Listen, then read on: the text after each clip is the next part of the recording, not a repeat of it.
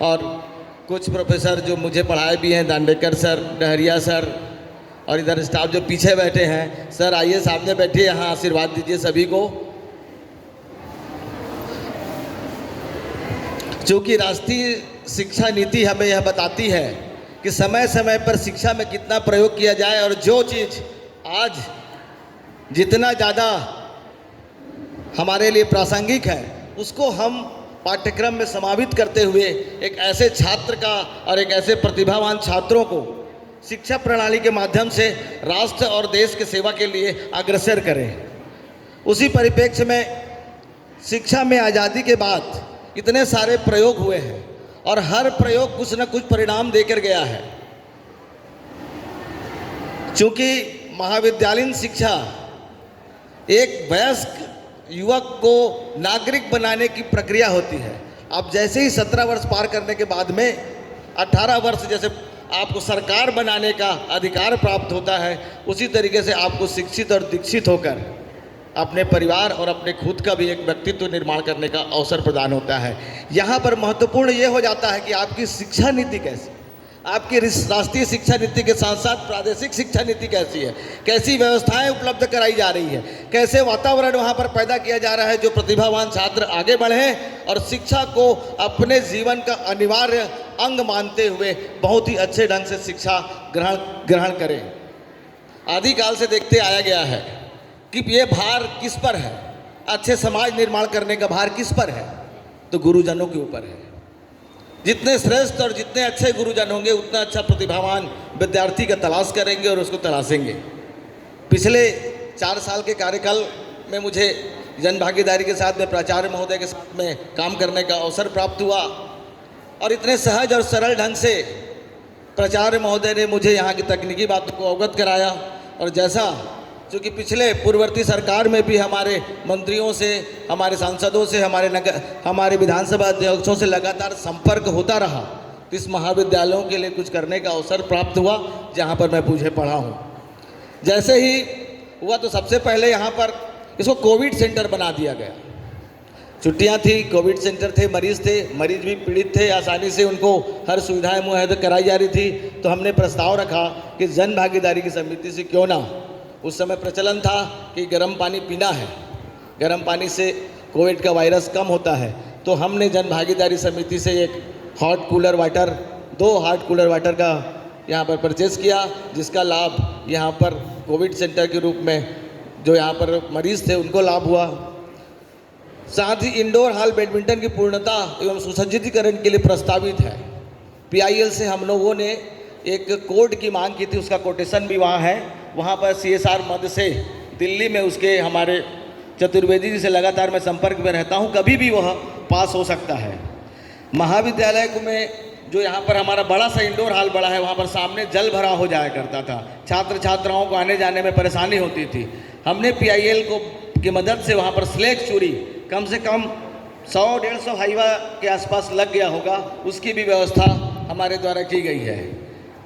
साथ ही कोविड काल की विपरीत स्थिति में भी महाविद्यालय का तृतीय चक्र नेट मूल्यांकन कराया गया, जिसमें विधायक जी जिसमें हमको B ग्रेड प्राप्त होना था, लेकिन हम लोगों ने ही प्राप्त कर पाया, क्योंकि हमारे पास एक अच्छा खेल भवन नहीं है। साथ ही यहाँ पर अच्छे से जगह नहीं होने के कारण अच्छा सा वृक्षारोपण भी नहीं हो पा रहा है। क्योंकि शासन ने हमें जो जमीन आवंटित की है उसमें कुछ विवाद की स्थिति है। हाई कोर्ट से हम लोगों ने केस जीत चुका है। कई बार हम लोग SDM, चूँकि जन भागीदारी समिति के पदेन उपाध्यक्ष होते हैं, उनके द्वारा सीमांकन भी कराया गया। वहाँ पर कुछ विवाद है, अगर वो विवाद हो जाता, और विधायक जी मैं चाहता हूँ कि वहाँ पर बाउंड्री वाल का निर्माण हो जाए, इसके लिए आप प्रयास करें। तो जैसे ही बाउंड्री वाल का निर्माण हो जाएगा तो एक जो हमारा मैदान का अभाव है वो भी पूरा हो जाएगा, और साथ ही जो शासकीय ज़मीन है वो भी सुरक्षित हो जाएगी। मैं उम्मीद करता हूं कि आप इसके लिए पहल करेंगे, जन भागीदारी समिति आप सभी के लिए करेगी।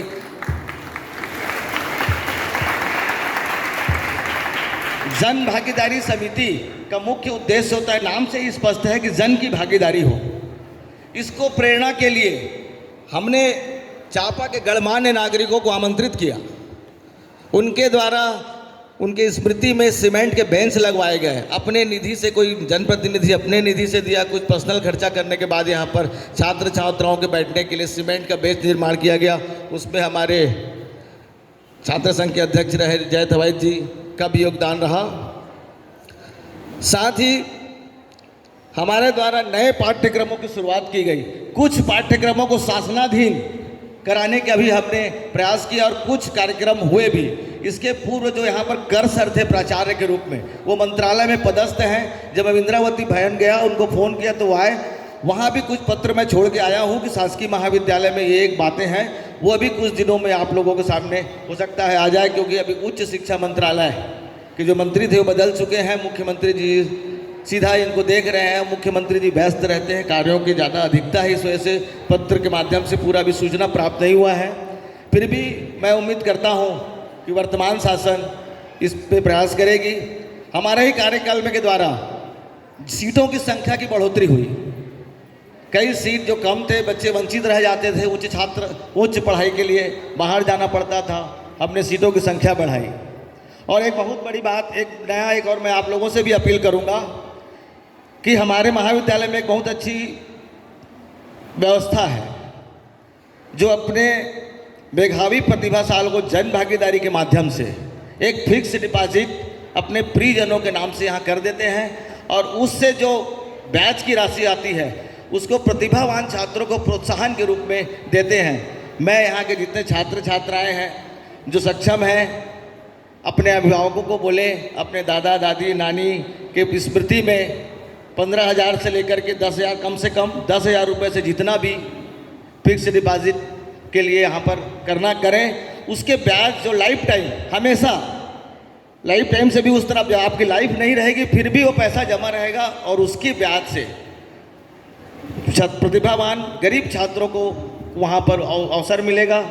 इसके लिए मैं सभी चांपा के गणमान्य नागरिक के साथ साथ अतिथिगण और जनप्रतिनिधि से भी अनुरोध करूंगा कि वो भी यहाँ पर उसमें अपनी हिस्सेदारी लें। आज का जो मुख्य विषय है,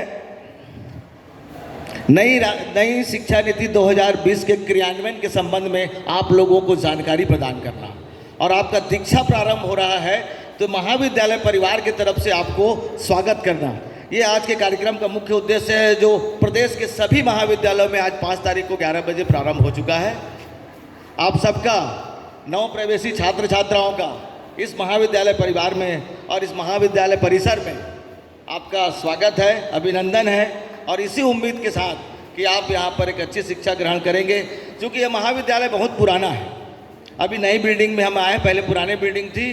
इस महाविद्यालय में आसपास ग्रामीण क्षेत्रों के बहुत सारे छात्र छात्राओं ने लाभान्वित किया है, बहुत से छात्र छात्राएं आगे बढ़े हैं। तो आने वाले समय में जो एलुमनी होते हैं, इस पूर्व छात्र परिषद का भी यहाँ जो गठन है, उसके माध्यम से भी हम चाहते हैं कि लोगों का जुड़ाव हो और विद्यालय में उनका आना जाना लगा रहे, जिससे जो प्रोफेसर हैं वो भी अनुशासन में रहे, छात्र छात्राएं जो भी अनुशासन में